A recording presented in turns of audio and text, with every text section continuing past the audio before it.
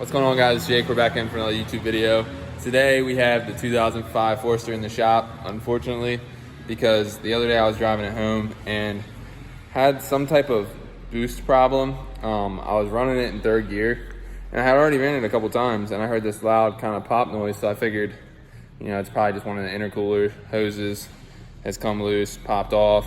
Just gonna have to put it back on. She'll build boost again, but that does not happen to be the case, because when I looked under the hood, all the intercooler hoses were perfectly fine, everything was intact, and I'm thinking I have a wastegate problem. So we're gonna try to diagnose it today.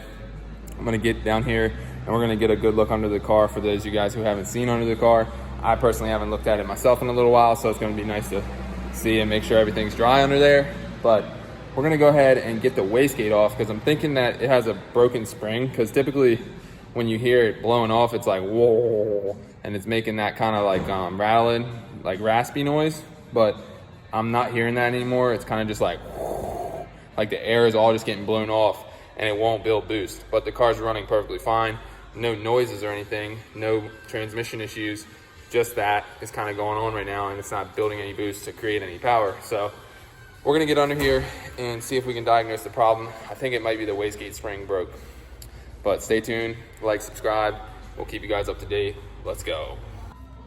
One thing I also forgot to mention, as I'm taking these pieces of wood out from the pit, I'm gonna be changing the oil today. So a lot of you guys know this car has a built engine. It's a IAG Stage 2, and it's not a closed deck or anything, but it does have head studs, the ARP head studs. And yeah, we're gonna be changing the oil because it has about 1,700 miles on it right now. And I had to calculate it from kilometers, since the gauge cluster is a JDM gauge cluster. But the engine oil still looks pretty clean, but I've been running it pretty hard. So I think we're gonna go ahead and just play it safe this time, change it to 1,700 miles. And yeah, we'll go from there. We'll probably change it every 2,500 to 3,000 after that. But for now, like I said, we're gonna get her changed. All right, guys, first things first, I wanna show you the underneath of this car, just to show you how clean it is everywhere. No oil leaks, nothing like that. That is the ETS header right there. You can see valve covers, no oil leaks. Everything's clean and dry. We got a little heat tape there on the oil pan. 6-speed. Got the downpipe is drag a little bit at some point, but everything under here clean, rust free. See the undercarriage, all perfect. Yep, but there is the wastegate. There might just need to be a plug in that. I could be wrong there, but I'm thinking there might be a plug that goes there, because I actually didn't set up the external wastegate, Andrew Tech did, but there is no boost line that's just hanging there like it should be connected. If that's the case, I might just be able to find one around the shop and get it, put it in there and just drive the car and see if it fixes it. So that might be what we're gonna get into. Also, really quickly while I'm under here, I was just looking at the steering rack thinking, I have that 2015 plus STI steering rack, which actually came out of a 2018 Type RA, but that doesn't mean it's any different. It's actually the same exact thing. Just a quick little fact. I'm wondering, should I put the STI steering rack in this car, or should I put it in the red car? Now keep in mind, I daily drive the red car, and this car is kind of just like a weekend driver.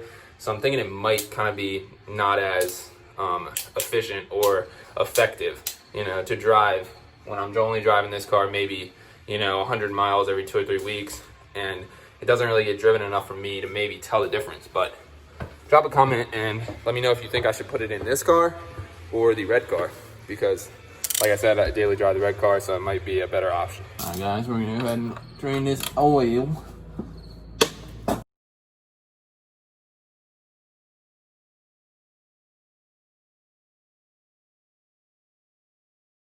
So that oil did look pretty bad. We got it draining.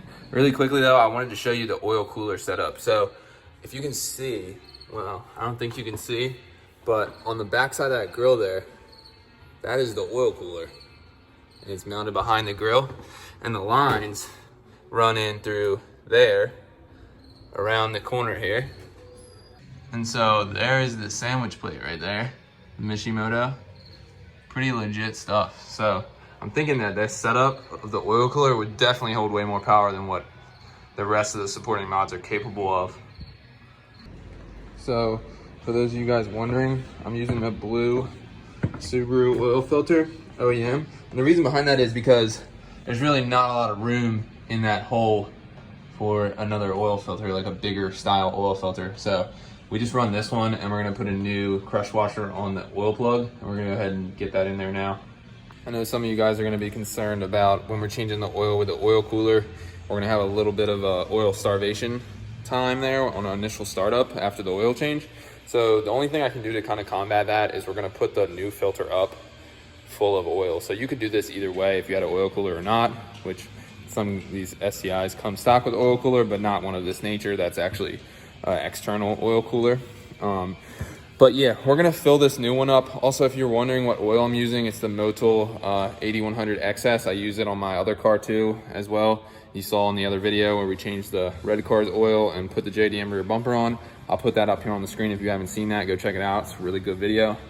There's not much content on putting a JDM SCI bumper on a Forester, so check that one out.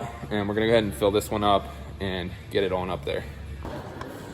Also, as I'm filling this up, if you guys try to do the same thing, you'll notice that you'll put oil in it and then it'll bubble and bubble and bubble and it'll go back down. You'll have to keep putting oil in it, keep putting oil in it, and eventually it'll stay full.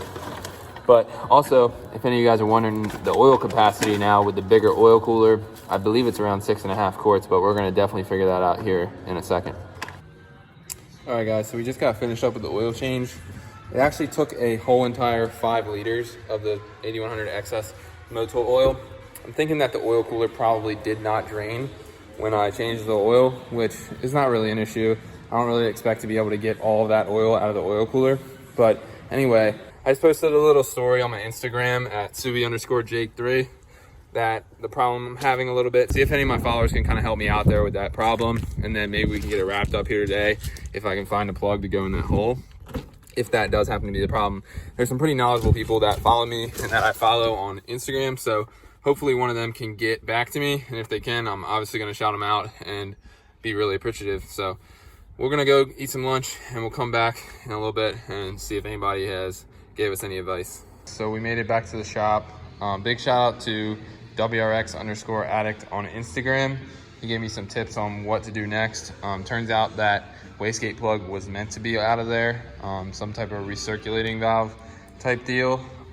But I basically found a leak at this hose that connects right here and goes down to the front mount intercooler, connects to that hose, down to the front mount intercooler. Basically what was happening was as it connected to this hose, the clamp that was on there was squeezing it off, and the clamp was going down and the hose was going up, and it was just a bad connection there. So that's located right behind this front bumper here.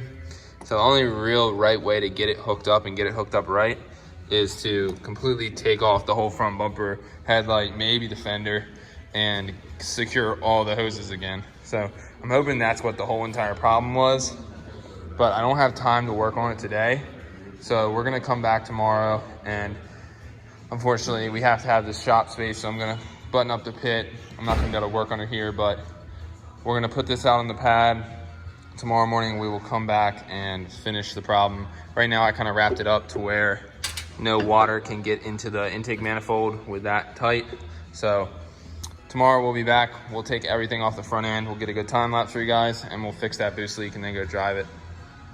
All right guys, so unfortunately that was filmed on Saturday, and ever since Saturday, it's Tuesday now, it's just been some terrible weather. It's rain, and then it's cloudy, and then it's raining again. So I haven't really found the time to take the car apart yet. I'm thinking the next couple of days are gonna be clear. That's what the weather forecast is saying. So stay tuned for the next video. We'll definitely get that going, and I'm getting the parts back from paint here soon. So keep an eye out for that. But if you guys like the video, make sure to drop a like, hit that subscribe button, and stay tuned. We'll be back with more videos soon. Peace.